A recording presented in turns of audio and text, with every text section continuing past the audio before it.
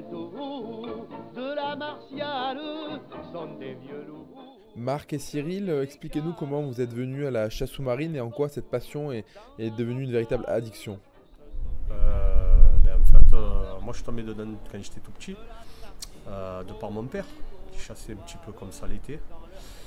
Et de fil en aiguille, je les suivais, je regardais. Et après, j'ai eu ma première arbalète, moi, de suite après. Et puis, c'est quasiment devenu une drogue.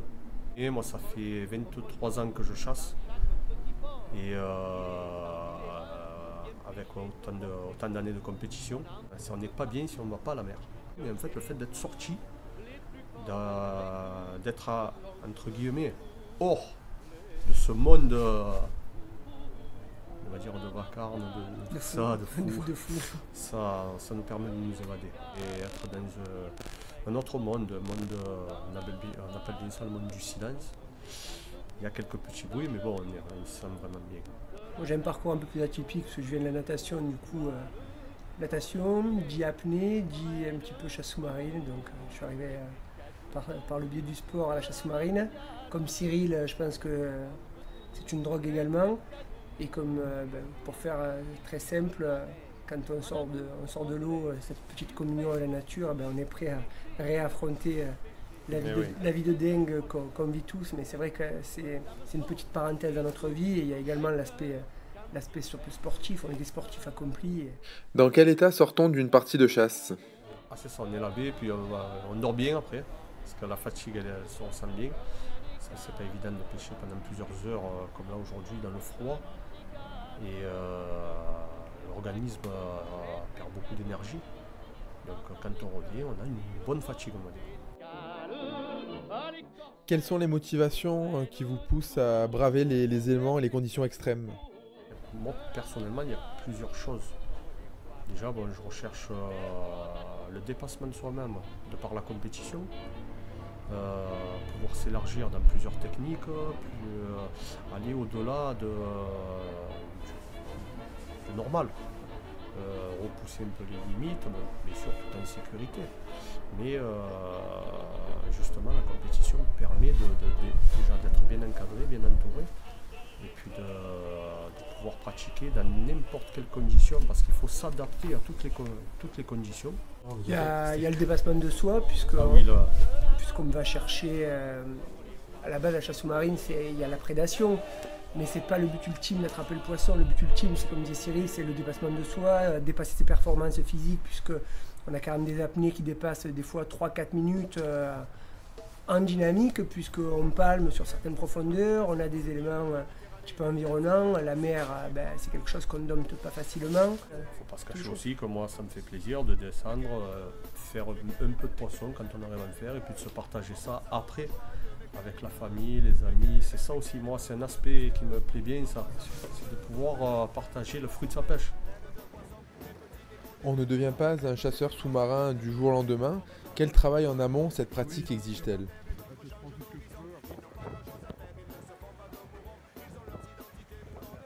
Moi je pratique de la course à pied, je fais du fitness assez régulièrement. Après je fais un peu du vélo en apnée. Il y a une recherche aussi derrière au niveau des endroits de chasse, savoir aussi gérer ces coins de chasse, les préserver. C'est tout simple, hein. Le poisson respire sous l'eau, nous on respire sur l'eau. Donc quand on descend, c'est pas facile. Il y a beaucoup de préjugés qui pensent que le chasseur sous-marin, c'est celui qui suffit de prendre un masque et un fusil, d'aller tuer n'importe quel poisson. La chasse sous-marine est un sport où on apprend beaucoup, le respect et l'humilité. Et puis surtout, on n'est pas sûr de faire du poisson à chaque fois, comme on a la preuve en est aujourd'hui. Et pourtant, on a deux décennies de compétition en plus, d'acharnement, d'entraînement. Ouais. En général, à un pêcheur, on ne dit jamais que ce soit un pêcheur à la ligne ou un pêcheur sous-marin, on ne dit jamais bonne pêche. Et ce matin, on avait un invité qui nous a souhaité bonne pêche. Donc c'était assez problématique. Quel type de facultés faut-il réunir pour devenir un bon chasseur sous-marin? Premièrement, comme disait Cyril tout à l'heure, il faut avoir un gros physique. Parce que c'est quand même un sport qui est dangereux, on est en apnée.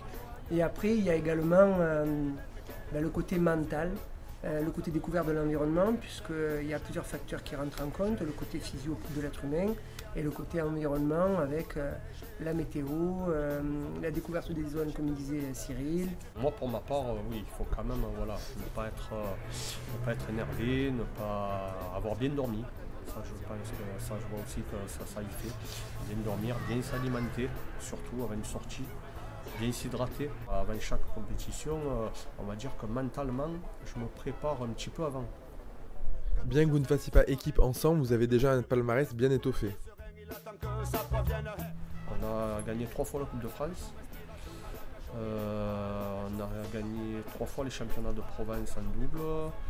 On a gagné 2 compétitions internationales en Tunisie, amicales. On a fini 2 fois second, une fois troisième. On a gagné plusieurs manches de Coupe de France. Moi j'ai été 5 ans en équipe de France, dans le top 10. On n'est pas équipiers, mais ça ne nous empêche pas de sortir ensemble. C'est également ça qui fait la beauté de ce sport. C'est qu'on n'est pas astreint à toujours pêcher avec la même personne. Donc avec mon coéquipier également, Fabrice Julia, on a été championne de France en 2014 en Bretagne. Donc pas chez nous, ce qui rajoute un petit peu un petit plus. On a gagné quelques matchs de Coupe de France également. Et j'ai 3 titres de champion régional à mon actif, en 2012, 2014, 2016. Il existe une gentille rivalité entre les chasseurs provençaux et les chasseurs bretons. Quelle différence faites-vous entre la chasse en Provence et en Atlantique? Déjà, premièrement, on va dire que Marseille, deuxième ville de France, donc il y a une densité de chasseurs sous-marins qui est énorme. Et puis la pêche, donc il y a une prédation qui est un petit peu plus accrue qu'ailleurs, on va dire. Et puis l'homogénéité des chasseurs sous-marins, c'est qu'on va dire qu'en Provence, c'est un peu le berceau de la chasse sous-marine. Donc on va dire que l'élite de la chasse sous-marine, en toute humilité, les Bretons ne seront pas d'accord, se trouve à Marseille. Alors les conditions, non, les conditions vont être peut-être plus difficiles en Bretagne, de par la marée, le courant. Ici à Marseille, on peut pêcher quasiment tous les jours. Après, c'est sûr que moi personnellement, j'aime bien sortir quand il y a un gros vent. Quand ça bouge bien, quand ça brasse bien, c'est pour ça qu'il faut être physiquement prêt à chasser dans ces conditions. Par contre, au niveau du poisson, il y a beaucoup plus de poissons là-haut qu'ici. Le poisson a reculé de nos côtes et est parti un peu plus en profondeur. Donc c'est pour ça qu'ici c'est un peu plus difficile, il faut aller chercher un poisson plus profond. La côte méditerranéenne, oui, on peut dire qu'on est assez privilégié au niveau des sorties. Après, un peu moins sans poisson. Vous avez établi quelques records d'apnée et de profondeur, quels sont-ils? J'ai fait, je crois, 3 minutes 15. Moi, pour ma part, le plus profond que j'ai fait, c'est 38 mètres. Une apnée de 2 minutes 15, j'avais fait. Voilà, après, c'est toujours pareil. Au plus on descend profond, plus l'apnée est réduite parce qu'on force plus sur les muscles, ce qui consomme de l'oxygène. J'ai une apnée statique que j'ai déjà eu fait, c'est un record à plus de 7 minutes. Et en dynamique sur une action de chasse, j'ai déjà dépassé les 4 minutes. Mais comme dit Cyril, on n'est pas des apnéistes, on reste des chasseurs sous-marins. Et contrairement aux apnéistes qui sont vraiment concentrés sur l'objectif à atteindre, nous, il y a encore plus de paramètres. Un tir qui se passe mal, un poisson enragué. Donc il faut être vraiment sûr de sa sécurité, sûr de sa forme. Qui dit chasse sous-marine dit sport extrême. Pour réduire le risque d'accident, la règle d'or est de toujours partir chasser à 2. Toujours pêcher à 2. Ça par contre c'est primordial. Bien se surveiller parce que ça peut arriver à tout moment. À tout moment. Ne serait-ce que faire une apnée. On a déjà perdu quelques amis aussi en chasse sous-marine. Même si on reste parmi les plus profonds de la région, on hésite à trop en parler parce que y a ce caractère sécuritaire qui fait que c'est un sport dangereux quand même. Moi ça m'est arrivé une fois de faire une syncope. Et bon, j'avais mon équipier au-dessus. Je suis descendu, il n'y avait pas de poisson, je cherchais, et au moment de remonter, j'ai fait une faute. Et j'ai voulu replonger sur un poisson qui sortait. Donc ça, c'est l'erreur à ne pas faire. Une fois qu'on est remonté, un poisson, ça ne vaut pas une vie. Et bon, heureusement, ce jour-là, j'avais mon équipier au-dessus. Et bon, il m'a sorti de l'eau et voilà, ça m'a donné une bonne leçon. Et puis voilà, et ça prouve bien que pêcher à 2, c'est une énorme sécurité. Avant même d'avoir un gros physique, il faut avoir un bon équipier. Pas forcément le meilleur, mais celui qui va penser à l'autre. C'est la base.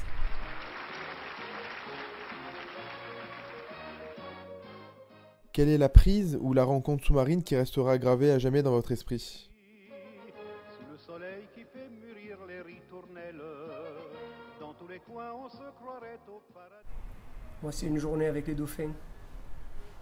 Voilà, j'étais parti pêcher et en fait, on a rangé les arbalètes, on les a laissés dans le bateau. Il y avait les dauphins, alors on leur court après depuis des années, alors on arrive à les voir à la surface et ce jour-là, la mer a été clémente et on a pu nager avec eux pendant 4 heures. C'était au large de Carry. Entre Carry et l'Estac, on les a récupérés à Carry et on a pu nager avec eux par intermittence, en remontant sur le bateau en les suivant. Pendant 4 heures, ils sont venus nous dire bonjour et c'était fantastique. La plus belle prise n'était pas dans le bateau. Et moi, ma plus belle prise, ça reste un espadon voilier. Voilà, ça a été ma prise la plus belle et puis je me rappellerai toute ma vie. J'en ai fait un au Sénégal, j'en ai fait un à Madagascar. Un poisson qui devait faire entre 50 et 60 kg. Dans ces pays-là aussi, nous on a nagé avec des requins-baleines, les dauphins, des baleines à bosse. C'est simplement magique. Beaucoup d'a priori négatifs salissent, ternissent l'image de la chasse sous-marine. Quel message aimeriez-vous faire passer? Il y a beaucoup de personnes qui pensent que la chasse sous-marine se pratique en bouteille. Chose complètement fausse, déjà c'est interdit. Moi quand je vais à la mer, je sais qu'en loisir, je ne vais pas tirer des poissons en dessous de 500 grammes. Et pour beaucoup de poissons, c'est des poissons qui se sont déjà reproduits. On fait attention. Quand il y a des périodes de reproduction, des fois, nous, les femelles, on ne les tire pas. Après, bien sûr, c'est comme dans tout, comme dans tout autre domaine. Le chasseur terrestre, le gars qui va ramasser des champignons, qui va aller les ramasser quand c'est pas la période, les oursins. La semaine passée, on est tombé sur une compagne de loup et on aurait pu tirer beaucoup de poissons. On ne l'a pas fait parce que bon, on en a prélevé quelques-uns, ça nous a suffi. Et puis le plaisir, il a été là justement. C'est de se dire qu'on a laissé la vie à de plus gros poissons qu'on aurait pu tirer. Mais justement, ces plus gros poissons vont redonner de la vie. C'est d'offrir aussi aux enfants, aux générations à venir, cette chance-là de pouvoir voir du poisson. Il ne faut pas oublier quand même l'homme à la base. L'homme à la base est un prédateur pour se nourrir. Je pense que sur certaines personnes, cet esprit de prédation s'est effacé, s'est éteint. Nous, avec la chasse sous-marine, c'est un instinct qui est revenu. Il reste que le braconnage existe. Comment luttez-vous contre cette dérive? Comment on lutte contre le braconnage? Par l'éducation.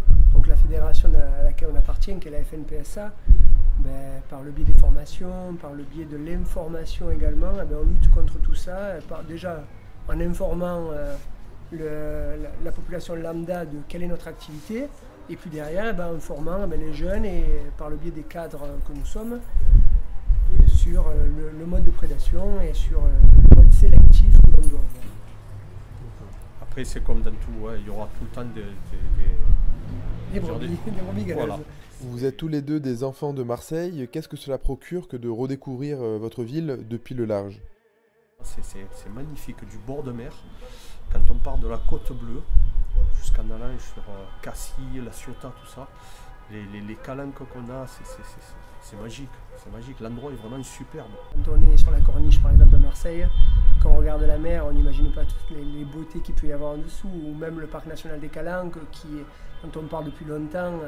C'est pas pour rien s'il a été fait sur Marseille. Voilà, il y a des fonds fantastiques, reconnus dans le monde entier. Marseille est une belle ville dessus et dessous. Par contre, à Marseille, il y a beaucoup de soleil, donc des fois on perd les cheveux. Sous le soleil qui fait mûrir les ritournelles,